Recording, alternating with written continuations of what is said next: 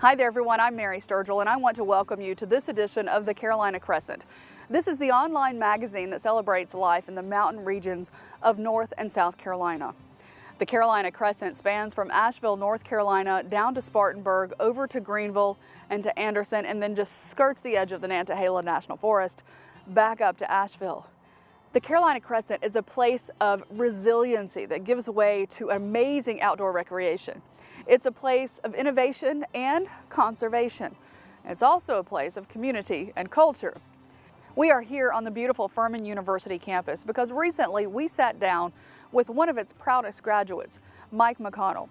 Our Patrick McMillan sat down and talked to him about the sustainability that the Carolina Crescent has to offer. Here's part of their conversation. Thank you, Mary. And Mike, thanks for joining us again. Sure. I want to talk to you about a concept that you and I have talked about and a term that you use. And that term is responsible sustainability, which this area is uniquely positioned to do. Indeed. When I living in a life of worrying about global security and places of strife and where the U.S. military had to respond and so on, I gave a lot of thought to the idea of responsible sustainability. Where can you be in a great place to live and focus on the kinds of things that enrich your life, like a garden or solar power or cistern, or just thinking about it that way. And when you think about sustainability, you also have to consider opportunity, innovation. And when I reflect on this area, the educational opportunities, Clemson University, BMW plant, the various businesses that have moved here and the partnerships they have in the university system and my old university, Furman. It's a region of not only sustainability and resilience, I like the word resilience when I think about it, but incredible opportunity and innovation. And so those combinations make this a very attractive region. Now I'm older, my career's older, is basically over, and I will think more about it in terms of retirement. But while I retire, I want to give back. I want to teach. I had some opportunities for that already. I want to write a book or two, and I want to think about the experiences that we have had as a nation. We have the largest economy in the world. That's about to change. Not very far in the future, the Chinese will have the world's largest economy. And we are going to have to adjust to that. After World War II, the United States kind of wrote the rules for the world order.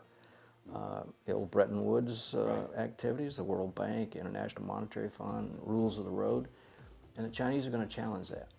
So when I think about the United States and its future, picking a place that can be sustainable, that has innovation, that has a great climate, this is the region that I would pick over all others.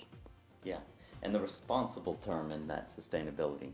Yes, indeed. Explain that one for me. Well, it's mostly driven around attitudes of people who are responsible for their own actions and will come together as a community.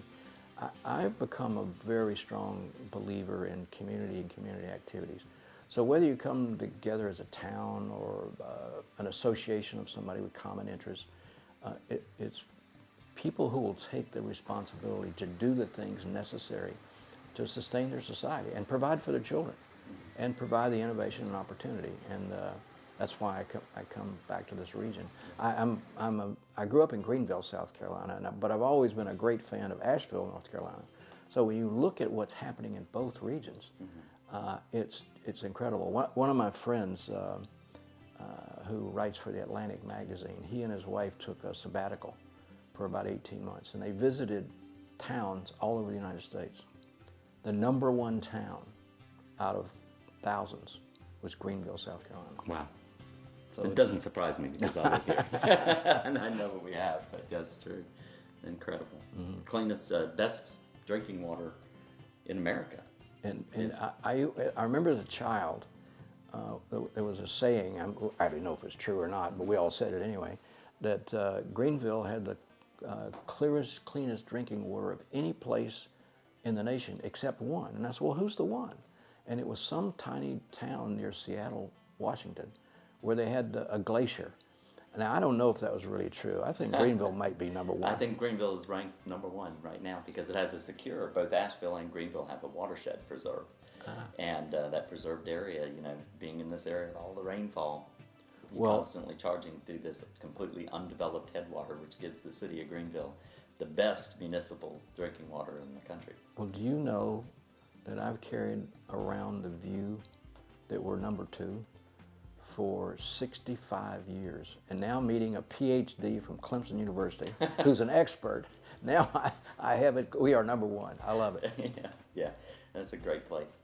So another thing about this area to me is also being from this area, being a sort of a child of the hills and the Appalachians, is that we are such resilient people as well in this region, and Yes. you know, welcoming, accommodating people, but we know how to get things done on a pretty meager Indeed. set of resources. Looking at our ancestors, mostly where they came from. Yeah. A lot of Irish and Scot and survivors, and tough. So knowing how to get things done and providing for your family, Yeah, providing opportunity for your children. In my household, my father was enrolled in college when the Japanese bombed Pearl Harbor. So he enlisted, and he actually went to Europe for 4 years. And once back with family, didn't have an opportunity. I don't think a day went by that he didn't say something to me to the effect, education. You have to get an education. And the idea, the whole attitude of my family was providing better opportunity for children. And I think that's part and parcel to the society around this area. So absolutely. I believe in it, and I'm glad I'm coming back to it. Yeah. Well, we have a proven track record, we have the environmental resources, and we have this incredibly unique, resilient landscape around us that's able to accommodate change and able to accommodate change in the past. And it's exciting to think that we're lucky enough to be a part of it going in the future. And it's pleasant. It's so pleasant. Ideal, Yeah. Ideal climate. Yeah. I really enjoy the elevation where you're out of the summer heat and you have the opportunity in the wintertime to benefit from the microclimate, which makes it not as cold as other parts of the country. It's wonderful. That's wonderful. Thanks so much. Thank you. Mary, back to you. Thank you, Patrick, and thank you, Mike, for joining us and sharing your expertise with us. As you can tell, Mike absolutely loves the Carolina Crescent. We do too, which is why we've created this website and this show. We hope that this website becomes your go-to place for information, whether you're looking for a home, looking for things to do, or you want to share your experiences, you can submit those to us as well. But until next time, get outside and enjoy the Crescent.